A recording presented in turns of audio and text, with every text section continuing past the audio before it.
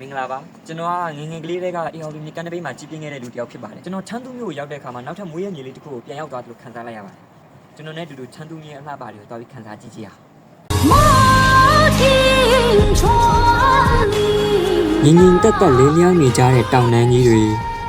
တီတီငင်ငင်စီးစင်းနေတဲ့မြစ်ကြီးတွေအဖြူရောင်တိမ်လိပ်တွေစိမ့်လန်းတဲ့မြက်ခင်းပြင်တွေဟာအင်မတန်မှရင်သက်ရှူမောပွဲကောင်းလှပါတယ်ချမ်းသူမျိုးရဲ့တဘာဝတရားကြီးကတိတ်ကိုလှပစမ်းကြယ်ပြီးကျွန်တော်ရဲ့နှလုံးသားကိုအင်မတန်မှခံစားရစေပါတယ်ဒီတော့ကျွန်တော်ဒီလိုလှပတဲ့နိဗ္ဗာန်ဘုံမလေးကိုစောင့်ရှောက်ခြင်း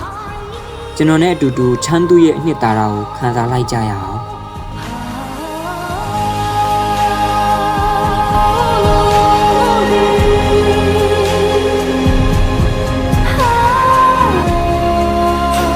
ကျွန်တော်တော့ချမ်းသူမျိုးခီးသွားလာရေးဌာနကကိုယ်စားလှယ်တော်ကျန်းကြီးဝင်နေဖြစ်ပါတယ်